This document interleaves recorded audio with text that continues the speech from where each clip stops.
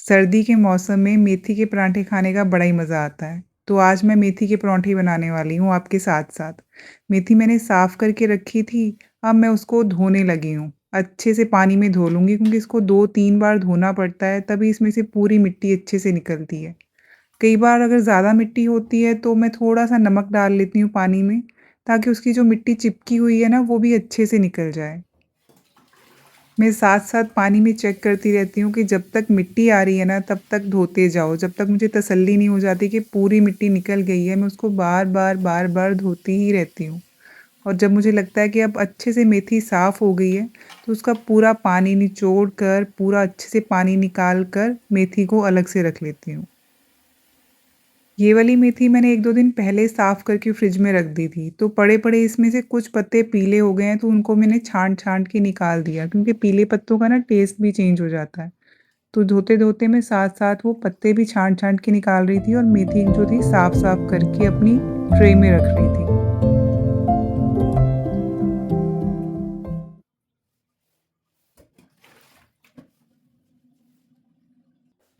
पूरी मेथी साफ़ करने के बाद मैंने इसको मिक्सर ग्राइंडर में डाल लिया। जब हम चॉप कर कर बनाते हैं ना तो पूरा फ्लेवर नहीं आता। तो मैं कई बार तो चॉप करके बनाती हूँ, लेकिन जब मेरे पास टाइम होता है तो मैं उसको मिक्सर ग्राइंडर में प्यूरी करके अच्छे से पेस्ट बनाकर फिर आटे में मिक्स करती हूँ, तो उसका ज़्यादा मज़ा आता है। और इसके साथ-साथ मैं इसमें अदरक डाल लेती हूँ और साथ में ही हरी मिर्च काट कर इसके अंदर डाल देती हूँ और जो भी मुझे ऐड करना होता है मैं इसी के अंदर डाल देती हूँ ताकि सब कुछ प्यूरी हो जाए और इक्वली इवनली आटे के अंदर मिक्स हो जाए। तो चलिए जी, अब ढक्कन बंद करते हैं और इसको अच्छे से प्यूरी कर लेते हैं।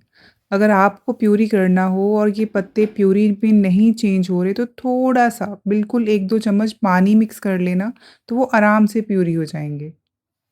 जब ये वाला पेस्ट हम आटे में मिक्स करके पराँठे बनाते हैं ना, एक तो वो बहुत करारे बनते हैं और उनका कलर भी चेंज हो जाता है। तो बच्चों को भी कलरफुल पराँठे खाने में बड़ा मज़ा आता है, वो देखने में भी बड़े अच्छे लगते हैं। तो चलिए जी, मेरी प्यूरी रेडी हो गई है। अब मैं आटा लेती हूँ और आटे के अंदर इसको पूरी प्यूरी को मिक्स कर देती हूँ।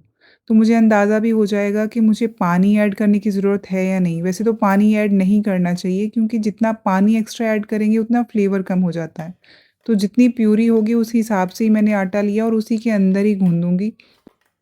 हाँ, थोड़ा बहुत हाथ गीला करके कई बार आटे में लगाना पड़ता है, उसके लिए थोड़ा-सा पानी ले लेंगे। तो चलो जी, ये प्यूरी मैंने पूरी इसके अंदर मिक्स कर ली है। अब इसके अलावा मुझे सिर्फ़ नमक, अजवाइन मिक्स करनी है। आपकी मर्ज़ी है, अगर आप कुछ और भी मिक्स करते हैं तो कर लेना, लेकिन मैं कम मसाले रखती हूँ ताकि मेथी का फ्लेवर गुम ना हो जाए। मेन फ्लेवर उसी का आए। चाहे तो आप गार्लिक भी प्यूरी करते टाइम डाल सकते हैं।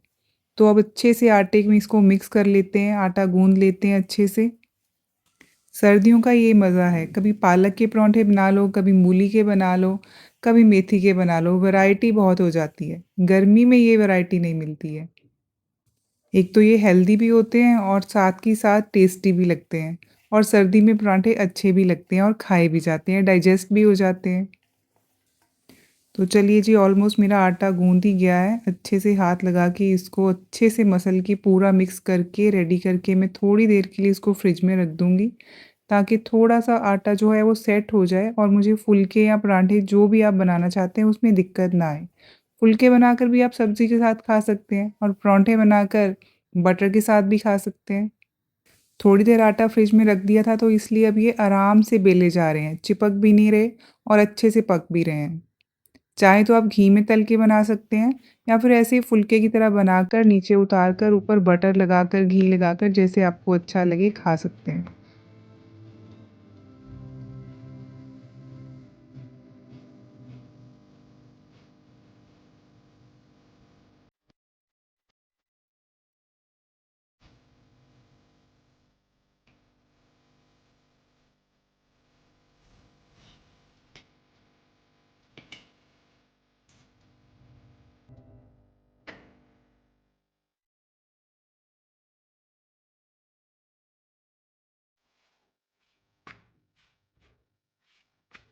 सर्दी में सफ़ेद मक्खन तो हर घर में ऑलमोस्ट बनता ही है, तो उसके साथ खाकर भी बड़ा मज़ा आया। चलिए जी, मेरा काम ख़त्म हो गया, उसके बाद मेरी किचन की सफाई भी हो गई। कब जब भी मैं किचन का काम ख़त्म करती हूँ, सुबह हो, दोपहर हो या रात हो, मुझे एक बार तो स्लैब साफ़ करनी ही होती है क्योंकि जो आटा फैल जाता है या कुछ भी घिरा होता है, तो वो अच्छा नहीं लगता मुझे।